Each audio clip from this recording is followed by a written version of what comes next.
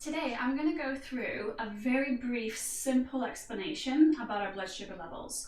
So with regards to how do we maintain our blood sugar levels and why is that so important? So first thing here, the first two lines we're going to use as an example of a higher sugar diet. So probably what a lot of us are eating.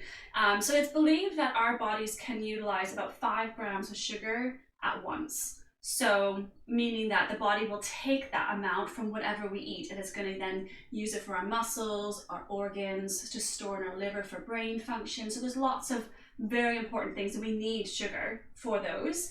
But anything over that amount, our bodies don't always know anything to do with that. So if we don't have the necessary need for it, we need to then understand what happens to that and why it's so important then to keep those blood sugar levels balanced. So we start in a fasted state when we wake up. So we are going to be low on our sugars. We're going to have nothing in our system. So if we just have a very stereotypical, very high carbohydrate, high sugar diet. So you wake up and you have, say, coffee with a few sugars in it and a big bowl of cereal, frosted flakes with some extra sugar on top. So we're in a high sugar meal there. It's definitely going to exceed the 5 grams of sugar. So what's going to happen? Your blood sugar levels are going to shoot way up. So now they're over that 5 grams. So your body will take what it needs and then it has this extra bit. So that's where this is going to be assuming that you don't have any diabetes concerns in any way, because this is based on the insulin levels working efficiently and effectively. So you go over that 5 grams of sugar that's needed. Your body has to get rid of that sugar. It's too much in the blood. You need your body to release insulin, which will then get released, and that then takes the sugars out of the blood. So when insulin gets released, it takes those sugars out and it then brings you back down. The thing with insulin is that it can't understand and control how low down it brings the sugar levels. It just has to, it's a very reactive hormone. So it has to be like a red alert, get rid of that sugar, it takes it. So what can happen is that the body then crashes lower than what you need. So in ideal world, it would stop right in the middle and we'd keep on going throughout the day, but that doesn't usually happen. So the first thing to address is we have all this sugar up here. And sugar is any form of from your carbohydrates or any added sugars. So the body needs then to put that somewhere. So that's where that insulin comes in, it then takes it and it stores it, the remaining amount, into our fat cells. So that's how we gain weight. So this becomes a pattern. So then we have our typical 11s. So mid-morning, we're feeling a bit tired, we want something sweet. We grab a few biscuits. So just even a couple biscuits sometimes can be like 15 to 20 grams of sugar. So right again, you're gonna go straight back up. Insulin has to get released again, and then you're gonna crash down again. So again, that extra bit, after whatever your body's utilized needs, the rest goes to fat. And so on and so on. So that is how we gain weight, how we gain body fat. So what we need to do is we need to find a way to keep those blood sugar levels balanced and not have insulin need to react to those blood sugars. So we're going to change what we choose to look at eating in the morning. So again, we're always going to wake up in that fasted state.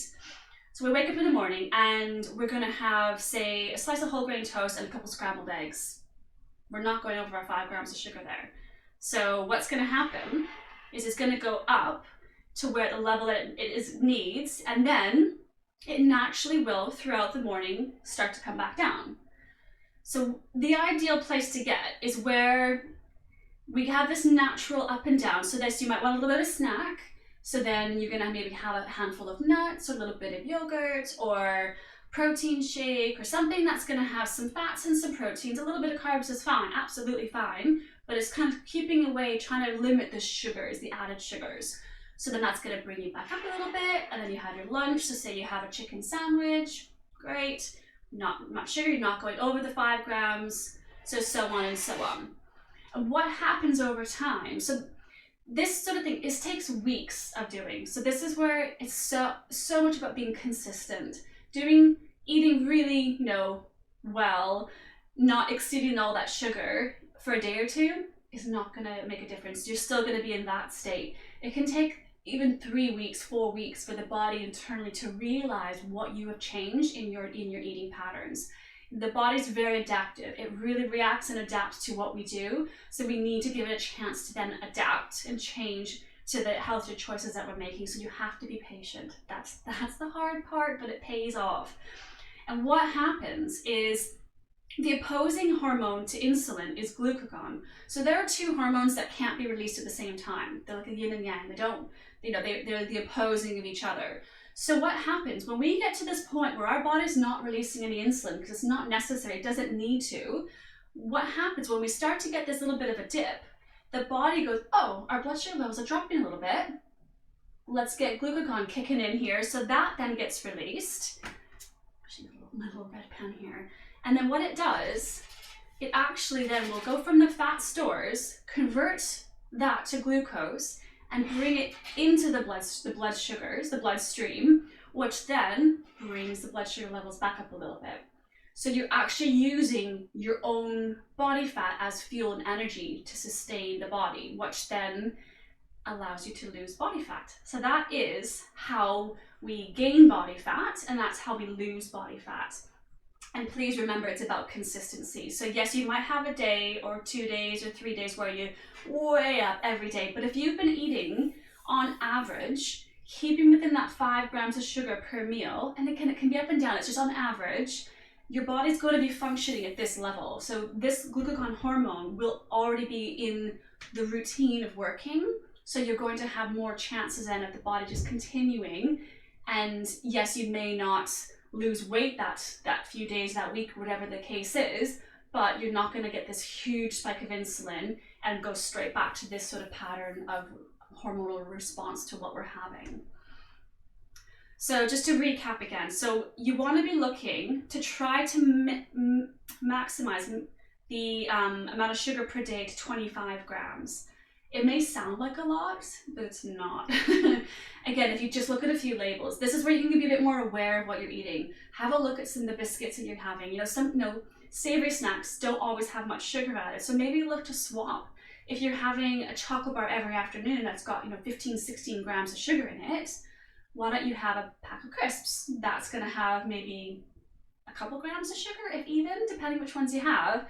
And yes, it's still calorific, but you're going to help keep those blood sugar levels balanced. And is it any healthier for you nutrient-wise? No. But if you're really wanting that sort of snack, then go for that, or have something with some fats in it and some protein. Your proteins are, they work really well with glucagon as well. So the more protein you eat, the more glucagon, I might be saying that totally wrong, by the way, the more that hormone there wants to work as well. So more reason to get protein into your meal, especially if you know you're having a really high sugar meal, or if you're having quite a few drinks in an evening.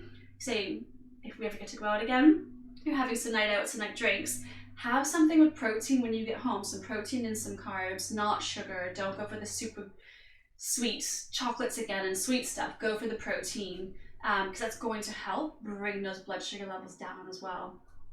And water also helps too. That helps keep everything moving through the system, and it helps dilute the sugars in the blood as well. So water is also extremely important. So there you go. I hope that helps clarify what it means when we say try to maintain or balance your blood sugar levels. So there you go. Have a great day, and I will see you guys all very soon. Bye-bye.